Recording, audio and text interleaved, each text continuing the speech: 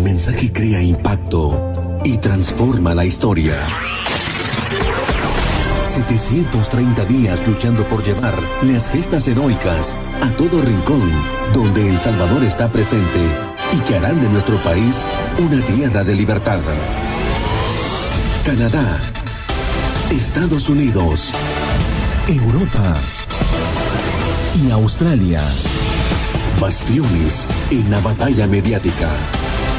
El Salvador, nuestro destino, nuestra raíz, nuestra razón de existir. Frente Intercontinental, 2 años siendo la voz del FMLN en la comunidad de salvadoreños en el exterior.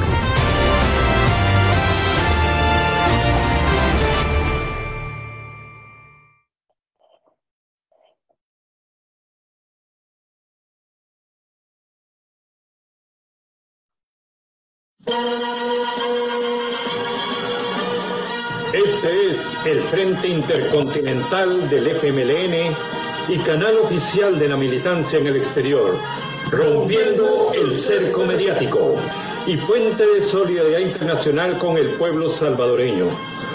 Enviamos un fraternal saludo a toda la militancia del FMLN en el exterior, así como al interior de nuestro querido país, a todos los colectivos del Frente Intercontinental del FMLN en El Salvador, Canadá, los Estados Unidos, Europa y Australia. También un fraternal saludo a todas y todos los salvadoreños en el exterior y a todas y todos los que nos siguen y comparten nuestras transmisiones en cualquier parte del mundo. Comenzamos.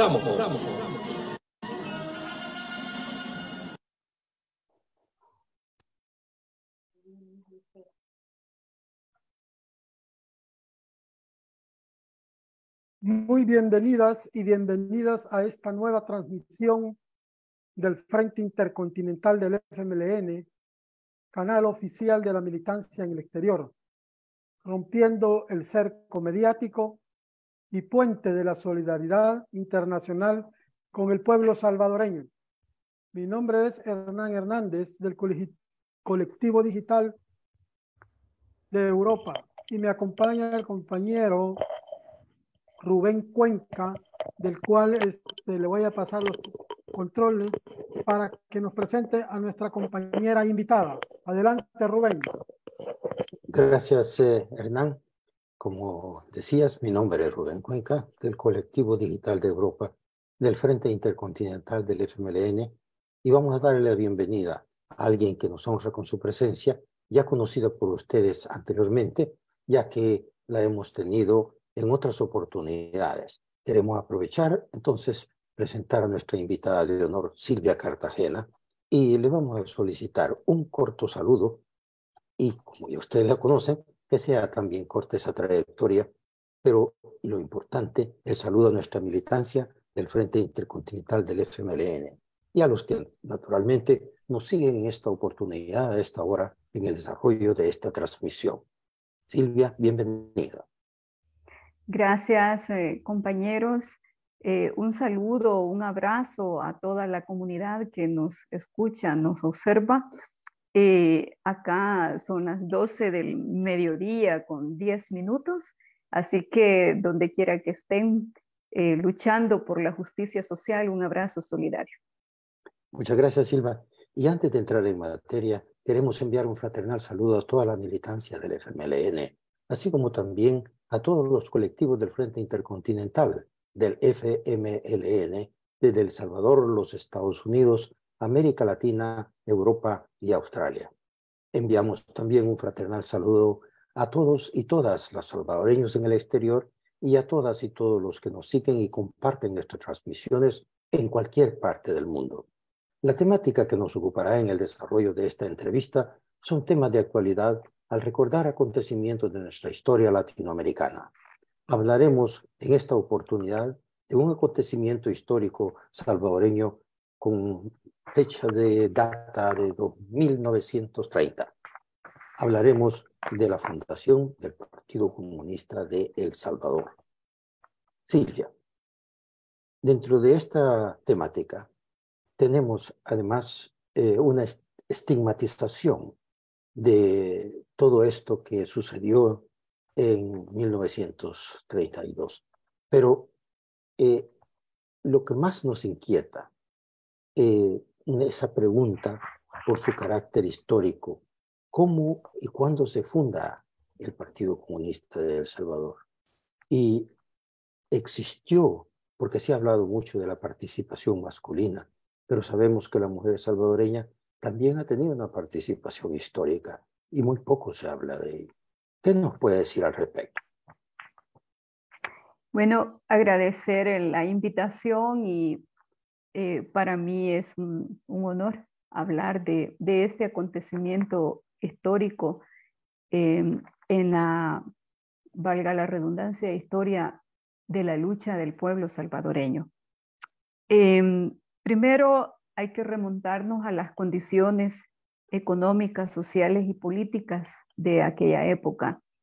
El Salvador vivía las consecuencias de la primera crisis mundial del capitalismo. La depresión económica mundial golpeó drásticamente la economía y particularmente la economía familiar, la economía de los sectores populares, excluidos, explotados, oprimidos. Bajaron las exportaciones, el desempleo se volvió masivo, las empresas quebraron y tiraron al desempleo a la gente, golpeó el hambre, el alto costo de la vida, cerraron los talleres, dejaron de producir las haciendas y las fábricas.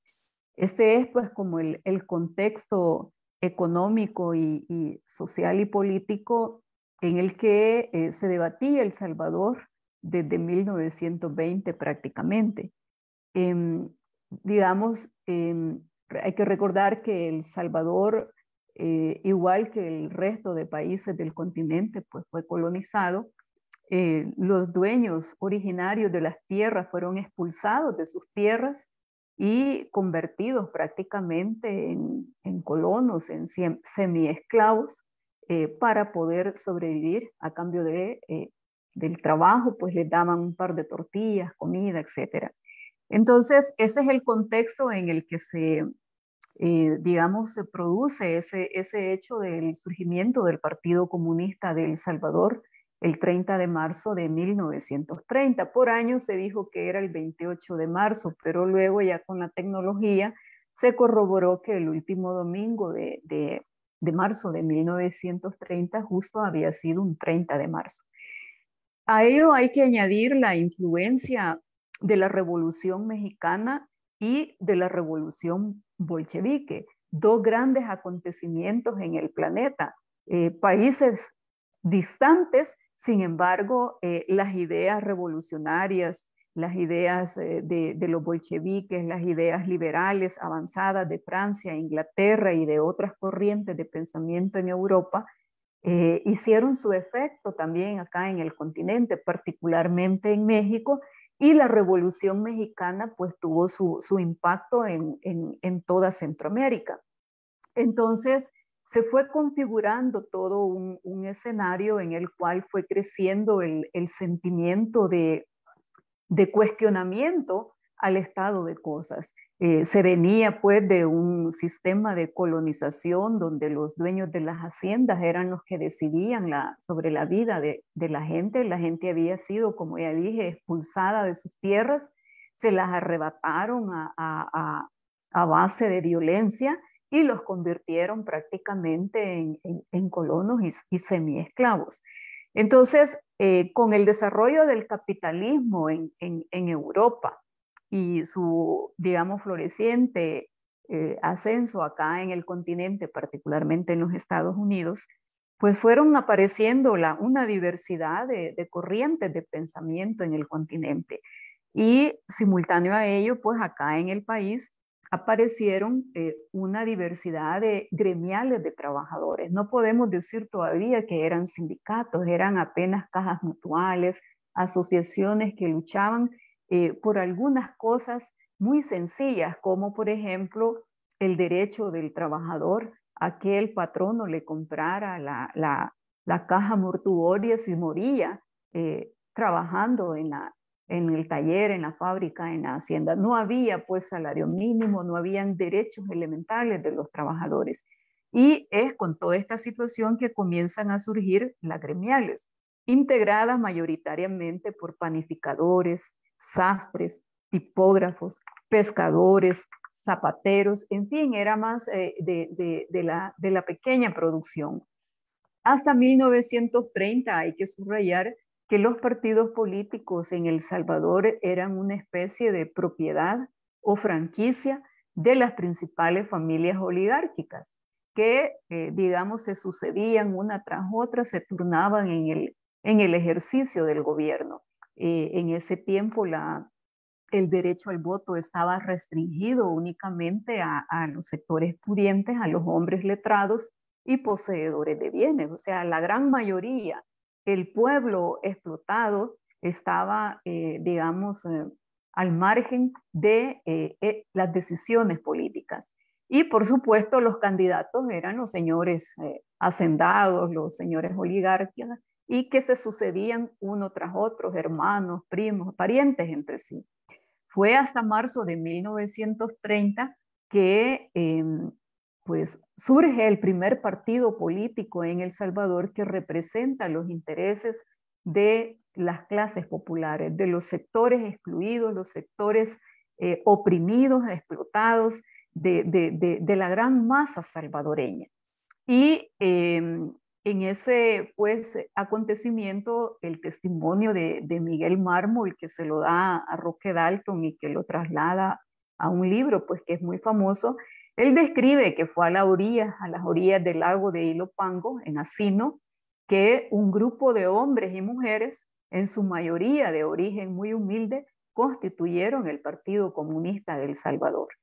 Sí, de acuerdo al testimonio de Miguel y de otros escritos de Jorge Arias Gómez, que es otro historiador, habla de que hubo algunos maestros, algunos estudiantes universitarios, pero la mayoría eran campesinos, obreros e indígenas. Estos hombres y mujeres rápidamente ganaron simpatía por sus propuestas políticas en favor de la gente pobre y excluida. Uno de los grandes temas que fue como el mayor atractivo del planteamiento del Partido Comunista fue lo referente a la tenencia de la tierra, justamente porque, como ya expliqué, la población había sido despojada violentamente de sus tierras comunales, porque cuando llegaron los españoles, los conquistadores españoles a El Salvador, por estas tierras no existía la propiedad privada individual, sino que eran tierras comunales. Y de esas tierras los sacaron violentamente. Numerosas familias pues habían sido despojadas a manos de los grupos oligárquicos. Y desde enero de 1932 hasta enero de 1992, o sea, durante 60 años en El Salvador, de hecho, ¿verdad? Fueron prohibidas las existencias de las fuerzas políticas de oposición y particularmente las organizaciones revolucionarias. Entonces, ese es como el contexto en que se produce la constitución del Partido Comunista de El Salvador. Digamos que tuvo una vida legal bastante breve. Y una cosa a subrayar, el Partido Comunista de El Salvador no surge para participar en elecciones. Por el contrario, se niega a participar en las elecciones de 1931 porque considera que eso pues es una burla, que es un reparto de cargos entre las clases dominantes. Y es hasta 1932 que en enero participa pues en elecciones para diputados y alcaldes y va ganando, ¿verdad? Tiene una enorme simpatía precisamente por su planteamiento de darle la tierra al que la trabaja, devolverla a sus antiguos propietarios originarios. Y es pues, digamos, en ese contexto. Y Rubén menciona, bueno, sí, es cierto, la historia, y no solamente es la historia del PC, sino la historia en general a nivel mundial ha tenido una fuerte tendencia a invisibilizar la participación de las mujeres. Eso lo vemos en los distintos ramos del arte, la ciencia, la cultura, y ya no se diga en la lucha.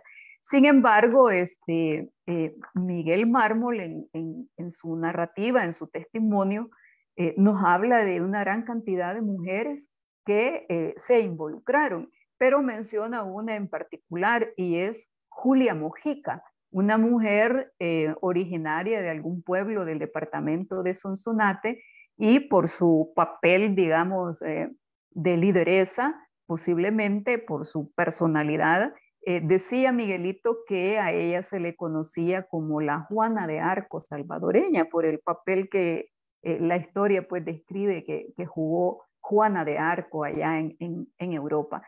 Entonces, este es como el contexto, pero decir claramente que mayoritariamente el conjunto de personas que se reunió en Asino, en la Peña del Eco, así en concreto, eran de extracción popular, ¿verdad? Artesanos, y por supuesto hubo pues algunos estudiantes universitarios y algunos maestros.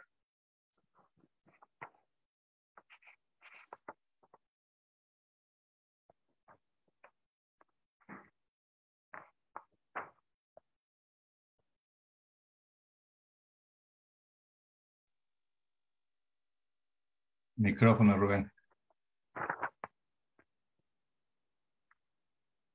Perdón, el lapso. Gracias, Silvia. Estamos conversando con Silvia Cartagena y nos acompaña también Vivencia Musical y Radio Latinoamericanto. Esta es una transmisión del Frente Intercontinental del FMLN, canal oficial de la militancia en el exterior, rompiendo el cerco mediático y puente de la solidaridad internacional con el pueblo salvadoreño. Enviamos un saludo a los que se han conectado a este canal. Les agradecemos mucho por seguir nuestras plataformas del Frente Intercontinental del FMLN y los invitamos a que marquen el símbolo de me gusta, comentar y compartir. Y continuamos con Silvia. En el país, Silvia, como en otros, se satanizó el significado de la palabra comunismo y comunista. Y nos enteramos también de que existió una fase que se llama el socialismo. Eso es lo que ha existido. Y existe la inquietud de saber por qué se estigmatiza esta palabra, por qué se estigmatiza el contenido de esto. Y luego después, ¿ha existido el comunismo en algún lugar? ¿Por qué tanto odio hacia un sistema y hacia el concepto de esto? Porque existen otros partidos con otra ideología, pero no hemos visto una estigmatización como esta. Y consideramos que es muy importante entender, saber, identificar qué significa esto. ¿Nos puedes dar una explicación hacia esto? Bueno, es interesante, muy compleja la interrogante. Yo he iniciado personalmente un esfuerzo por identificar los orígenes del anticomunismo. La palabra comunista, si uno se va al diccionario universal, no al diccionario del comunismo científico, sino al diccionario común y corriente, la palabra comunista está vinculado a ser partidario de un sistema de organización social que establece la abolición de la propiedad privada. Y creo que ese es el punto central, porque la persecución contra los comunistas, la satanización a la palabra y a los comunistas mismos y a su planteamiento es no solo de acá de El Salvador. Uno recoge los testimonios, los hechos ocurridos en Europa.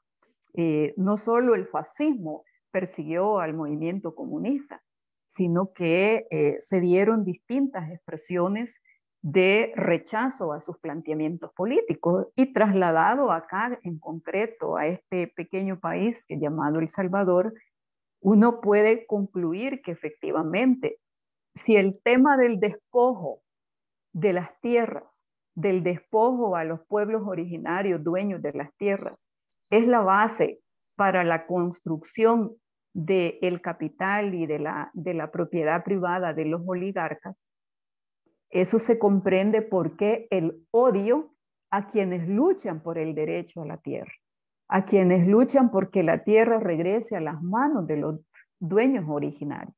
Entonces, ese sería para mí como la conclusión. De ahí viene toda una mezcla de ignorancia, por un lado, y de perversidad por el otro.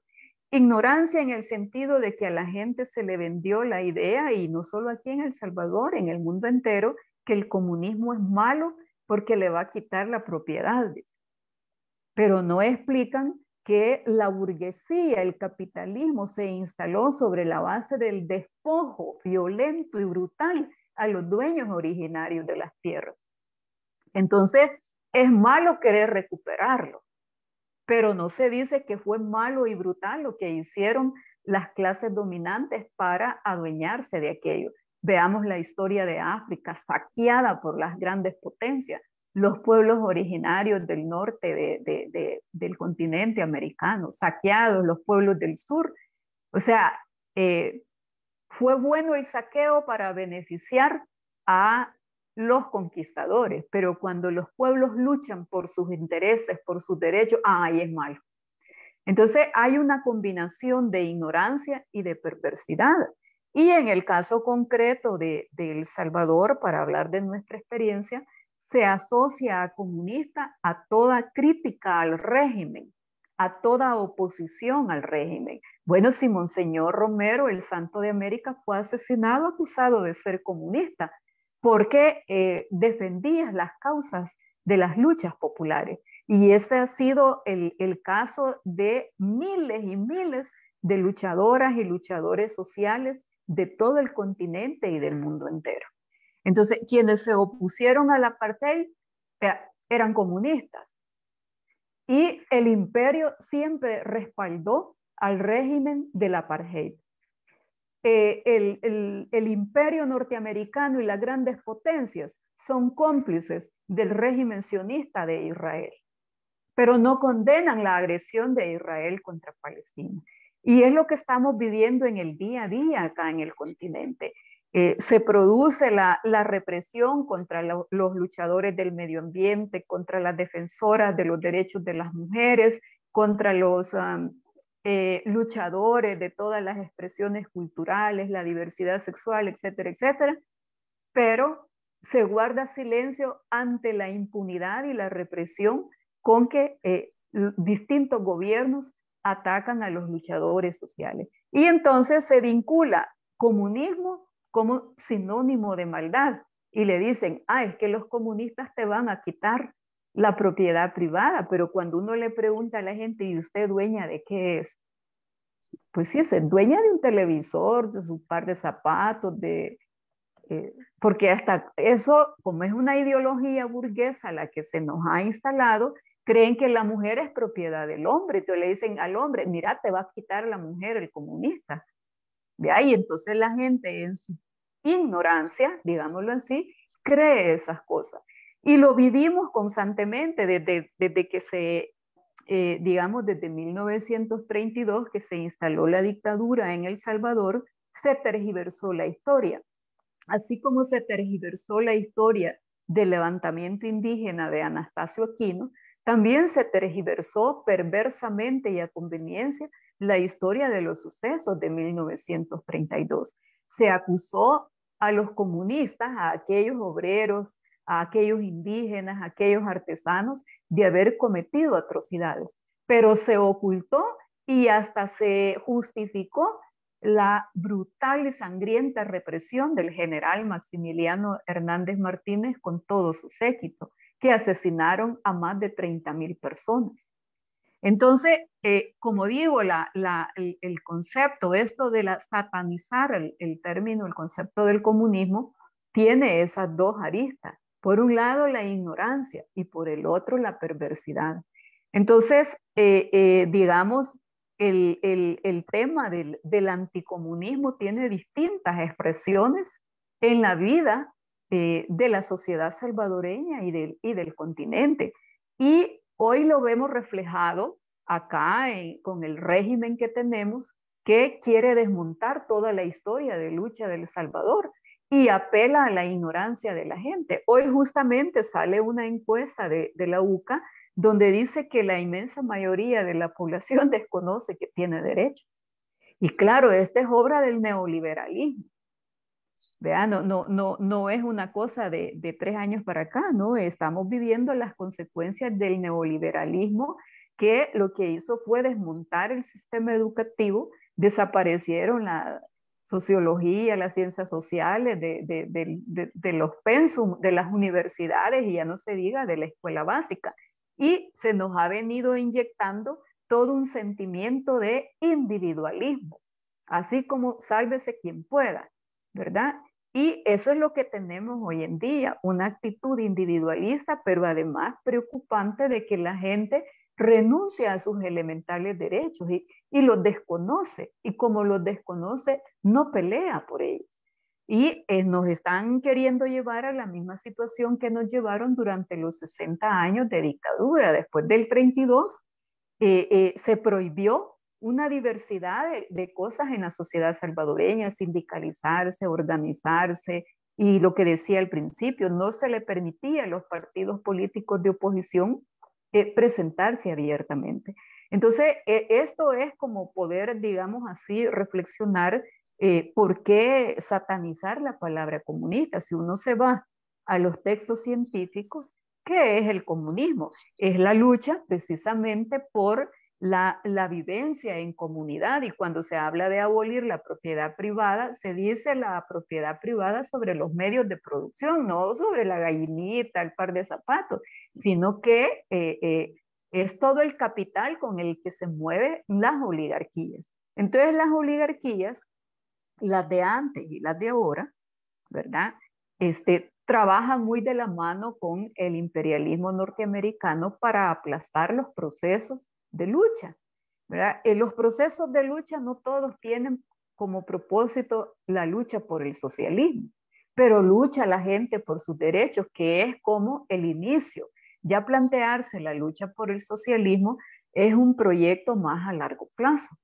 Y ya no se diga la lucha por la sociedad comunista, de la que se plantea que es una sociedad sin clases, donde no hay ricos ni pobres, o explotados y explotadores. Pero eso es una lucha mucho más adelante. Hoy luchamos por los derechos elementales de la gente, por parar la persecución política, por el acceso a la tierra, el acceso al trabajo, a un salario digno.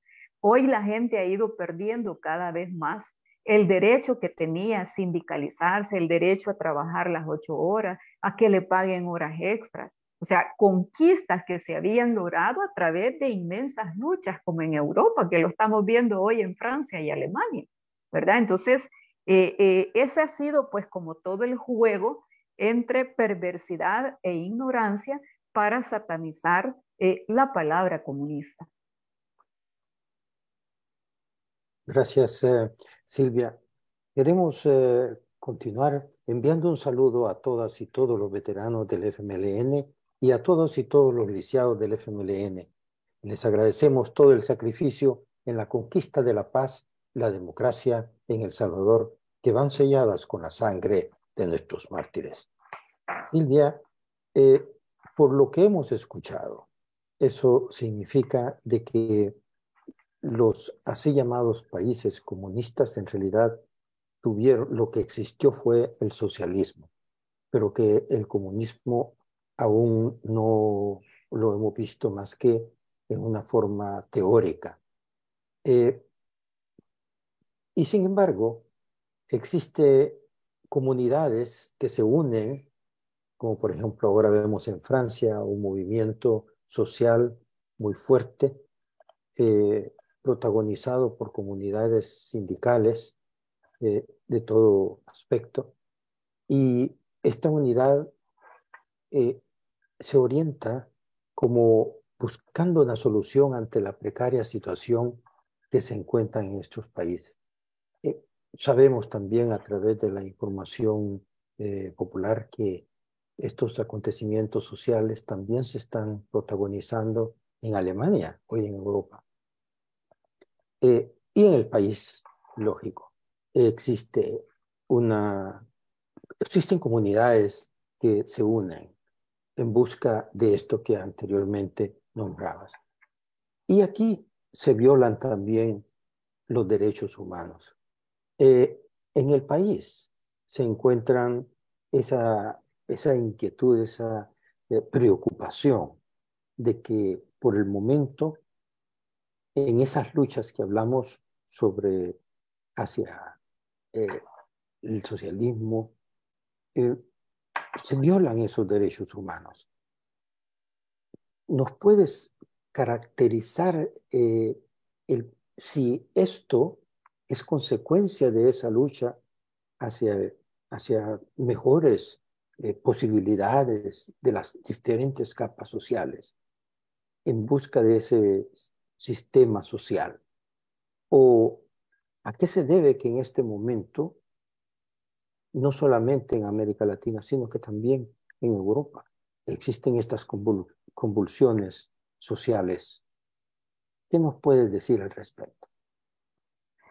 Bueno, yo creo que las convulsiones sociales en el planeta son expresiones de que el capitalismo no ha resuelto el problema fundamental de la humanidad, que es su bienestar. Por el contrario, el capitalismo es el que nos ha llevado a esta situación, y en el caso concreto de El Salvador, un capitalismo dependiente, un modelo neoliberal que lo ha venido a terminar de consolidar el actual régimen, ¿verdad? Lo que busca es precisamente dar un salvataje al capitalismo. El capitalismo tiene una crisis, pero la crisis precisamente sus consecuencias las vivimos los países pobres. Y en el caso de El Salvador, que dependemos de la moneda estadounidense, vivimos todavía más las consecuencias de la crisis económica que tienen los Estados Unidos de Norteamérica.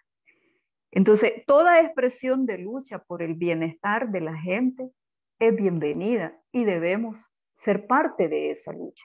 Tiene sus distintas expresiones y efectivamente, no revisando la historia, a mediados del siglo antepasado, o sea, ya por 1840, cuando cobran fuerza los movimientos comunistas en Europa, particularmente en Alemania, Inglaterra, Francia y Rusia, ¿verdad? Que era el país más atrasado. Entonces se aglutinaron en torno a los intereses de las grandes mayorías. Esa fue la magia y era la primera vez en la historia del capitalismo donde el proletariado, o sea, la clase obrera, los asalariados, se enfrentaban contra los grandes propietarios. En la medida en que el capitalismo se fue desarrollando, se fue imponiendo, por supuesto surgieron las distintas corrientes, y esto es una ley de la naturaleza, de expresiones para enfrentar a este modelo. O sea, nada ha sido exportado o importado, porque se hace creer de que la Unión Soviética exportó, no, si Rusia era de lo más atrasado cuando triunfó la revolución, a partir de las experiencias de Alemania y otros países. Y los que se veían más desarrollados no lograron culminar el paso. Entonces hemos ido pues como en distintos procesos, y ha habido otras expresiones, ¿verdad?, de triunfo de la clase obrera, de los sectores populares que han, digamos, tomado el poder por distintas vías. Vemos el caso de Cuba acá en el continente, Nicaragua acá en Centroamérica, pero también lo vemos allá en Asia, Vietnam y otros países, pues, que también consolidaron su sistema socialista. O sea, cada quien con sus propias características, porque cada país tiene sus particularidades. Y han habido pues como ejercicios de comunidades donde se busca desarrollar la producción colectiva, el bienestar colectivo, leyes que rompen con el sistema judicial burgués, ¿verdad? Porque los pueblos originarios tienen sus propias dinámicas, sus particularidades. En fin, pero el planteamiento, a mi juicio, desde nuestra posición, la lucha por el socialismo es vigente, es necesaria y es permanente. Y la lucha por el socialismo, ¿verdad? Nos lleva, nos obliga a las y los revolucionarios a estar en estudio permanente de la realidad para poder entenderla y transformarla. Y no se reduce nuestra lucha a participar en procesos electorales, sino que es un constante estudio, análisis y participación, porque es teoría y práctica de los distintos procesos de las comunidades. Entonces, nosotros estamos obligados a hacer el análisis con un enfoque marxista de la realidad de nuestros pueblos, del momento que viven nuestros pueblos. No es lo mismo la situación de ahora que hace 40 años atrás. Lo que sí no ha cambiado es el carácter explotador, excluyente del modelo económico. Y por tanto, nosotros debemos de seguir luchando por el socialismo con un carácter de liberación nacional de nuestros pueblos, antiimperialista y por supuesto antipatriarcal. ¿Verdad? Esa es una característica que la hemos ido aprendiendo en el camino. ¿Verdad? No se puede ser socialista sin ser antipatriarcal, porque el patriarcado es un concepto de familia que nos metió, ¿verdad?, todo el modelo burgués. Entonces debemos de romper con eso. Entonces esta es como la situación que estamos viviendo hoy en la mañana acá en San Salvador. Hubo una marcha de los familiares de más de 60,000 personas que están guardando prisión. Algunos son culpables, por supuesto, pero la mayoría son inocentes. Y el tema de los derechos humanos es complejo, porque hay quienes creen de que el delincuente no tiene derechos humanos. Todas las personas tenemos derechos humanos. La justicia es una cosa y la venganza es otra. Entonces, tenemos que ir, pues, digamos, de a poco retomando las distintas banderas de lucha sobre aquellos temas que golpean directamente a la población. Hoy es este tema, pero la crisis económica nos está golpeando. Y está planteado que en febrero del 2024 habrá elecciones, pero la crisis económica golpea cada día. No sabemos si esto va a aguantar para 2024.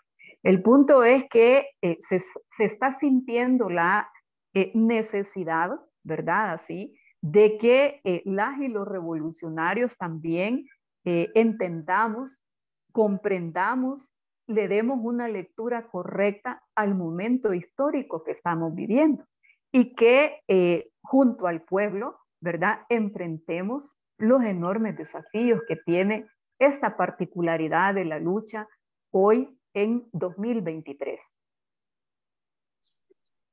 Muchas gracias, Silvia. Antes de proceder a la última pregunta, quisiéramos escuchar algunos saludos. No sé, Hernán, si tú has tenido acceso a algunos saludos que hayamos recibido. Claro que sí, Rubén. Sí, tenemos saludos y tenemos muchas personas, compañeros, amigos que están mirando el programa y eso pues nos alegra. Pero antes saludar a la compañera Silvia Cartagena, que con muy buen, excelente tema, del cual muchos compañeros aquí pues se han dirigido hacia ella. Bueno, voy a decir que el compañero Hugo García y el compañero Rodrigo Melara están sintonizados, están viendo el programa. Yair Guevara, saludos desde Denver, Colorado. El FMLN Victoria, ABC, saludos desde el oeste de Canadá. ¡Viva el FMLN! José Vinicio también nos está sintonizando. Hugo García, saludos desde Suecia. Importantes aportes históricos. para romper el analfabetismo político que padecemos en El Salvador. Rodrigo Melara, viva el FMLN, viva el Frente Intercontinental del FMLN. Y Ramón Flores también nos está mirando, está sintonizando el programa. Y Ramón Flores dice, vivan los obreros y campesinos, fuerzas motrices del internacionalismo socialista, viva el FMLN. Dice Rodrigo Melara, Miguel Mármol, presente. El Frente Intercontinental del FMLN pregunta, ¿qué caracteriza a un comunista? ¿Puede alguien que ha sido comunista pasarse para la derecha, como el caso de Dagoberto Gutiérrez, o es que nunca fue comunista? Gisela Sánchez, excelente ponencia de la camarada Silvia Cartagena. Alba, Social Movements Canadá, saludos desde Ottawa, Canadá. Excelente invitación. Gracias por su buen análisis, historia e información. Seguimos luchando por recuperar nuestras conquistas. Unidos venceremos. Saludos desde Milán, Italia. Gisela Sánchez. Viva el histórico Partido Comunista Salvadoreño, actor destacado de las luchas del pueblo salvadoreño. Saludos y a todas y todos desde el norte de California. Venceremos. Jaime Guevara, muchos saludos a Silvia. Excelente tema. Esos son los saludos y los otros saludos que están por llegar y están llegando, pero por el tiempo, pues nos quedamos acá y le paso los controles a Rubén Cuenca. Gracias, Hernán, una vez más. Y como decías, el tiempo también se nos está limitando, pero tenemos una última pregunta, Silvia. ¿Cuál sería el mensaje a la militancia del FMLN, tanto en El Salvador como en el exterior, a la sociedad salvadoreña en general, o algo más que haya quedado por decir en torno a lo que hemos conversado recientemente? ¿Qué nos puedes decir como un mensaje? Bueno, yo creo que el tema del rasgo de un luchador social debe ser la humildad.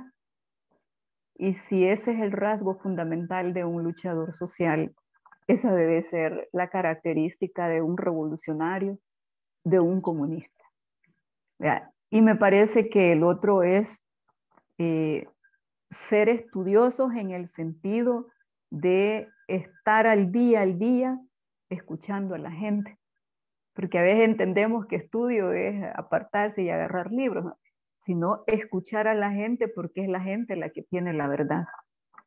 A veces puede estar equivocado, pero luego la gente corrige. Y el otro elemento, yo quiero hacer una remembranza de que los fundadores del Partido Comunista de 1930, ya dije, en su mayoría de extracción muy humilde, esa característica, ¿cómo les habrá costado a ellos estudiar el marxismo? Pero estudiaron marxismo. Y esa es otra de las cosas, de los retos que tenemos los revolucionarios, de estudiar marxismo y llevarlo a la práctica concreta. Aquí me parece que en aquel momento jugaron un importante papel los estudiantes universitarios y algunos de los académicos que se vincularon a ellos y que ayudaron pues a la comprensión de aquellas ideas. Y me parece que ese es uno de los retos que tenemos hoy en día. Comprender la realidad para poderla cambiar, pero también estudiar las teorías sobre la revolución, las clases sociales, la lucha de clases, las luchas de otros pueblos por la independencia contra el imperialismo y por el socialismo. Porque a veces creemos que solo nosotros luchamos, solo nosotros hemos sufrido, ¿no? Esto es de todos los pueblos, entonces hay que conocer las experiencias de otros pueblos y comenzar por la casa, porque en la casa debemos comenzar a hacer la revolución que implica asumir las tareas propias del hogar, etcétera, etcétera, y las tareas que, digamos, la militancia nos demanda. Estamos en una crisis económica muy fuerte, muy severa acá en el país y en Europa también, pero en el caso concreto de El Salvador creo que ayudaría mucho a que nos metiéramos de manera colectiva al huerto, a la producción, para enfrentar el problema del hambre que nos está golpeando. Las ollas colectivas, ollas comunes que se le llaman en otros países, en fin, ver cómo somos solidarios con los miembros de la comunidad, comprarle al de la tienda y no irnos al supermercado. Todas esas cosas creo que podemos enfrentar desde la comunidad la ideología neoliberal del individualismo. Y por ahí estamos haciendo revolución y poniendo piedritas para construir socialismo. Muchas gracias una vez más, Silvia Cartagena. Ha sido una exposición bastante elocuente, ilustrativa, educativa, y en nuestros agradecimientos tenemos que ver también que hemos intentado recibir esas aclaraciones de definiciones que siempre nos han inquietado y hemos intentado preguntar.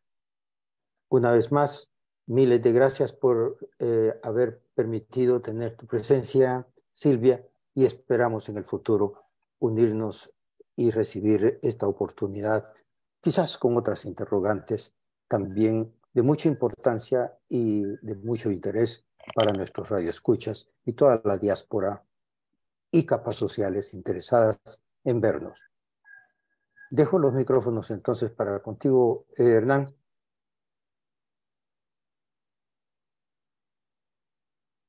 Gracias, Rubén.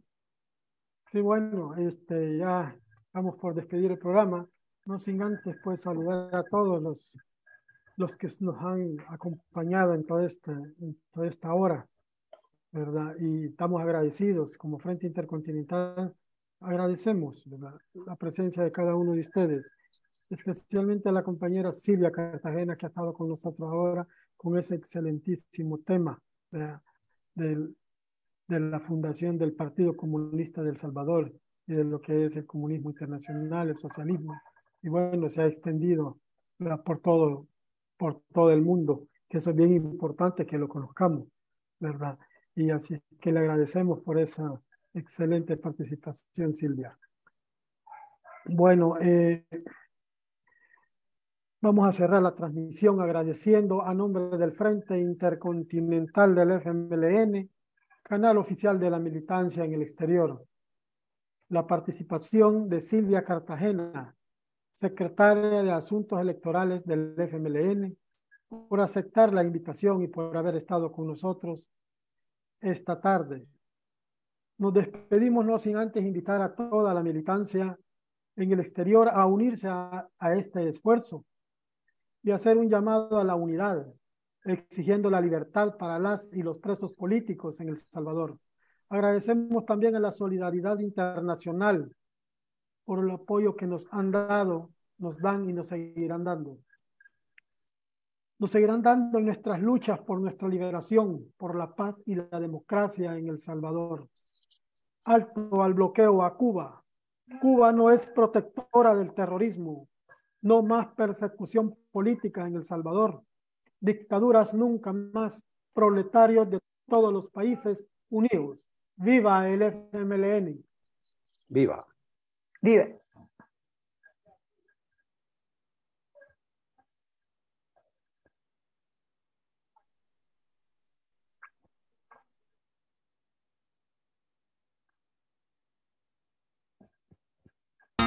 Agradecemos a nombre del Frente Intercontinental del FMLN y canal oficial de la militancia en el exterior, los que se conectaron para transmitir y a las personas que siguieron la transmisión en vivo, compartieron y comentaron. Nos despedimos, no sin antes invitar a toda la militancia en el exterior a unirse a este nuevo esfuerzo y agradecer a la solidaridad internacional por el apoyo que nos han dado. Nos dan y nos seguirán dando en nuestras luchas por nuestra liberación, por la paz y la democracia en El Salvador. La lucha continúa. Unidos venceremos. No más persecución política en El Salvador. Libertad para las y los presos políticos. Dictaduras nunca más. Proletarios de todos los países unidos. ¡Viva el FMLN! Juntos tú y yo romperemos el cerco mediático. Porque el mensaje crea impacto y transforma la historia. 730 días luchando por llevar las gestas heroicas a todo rincón donde El Salvador está presente y que harán de nuestro país una tierra de libertad. Canadá, Estados Unidos, Europa y Australia. Bastiones en la batalla mediática. El Salvador, nuestro destino, nuestra raíz, nuestra razón de existir. Frente Intercontinental, 2 años siendo la voz del FMLN en la comunidad de salvadoreños en el exterior.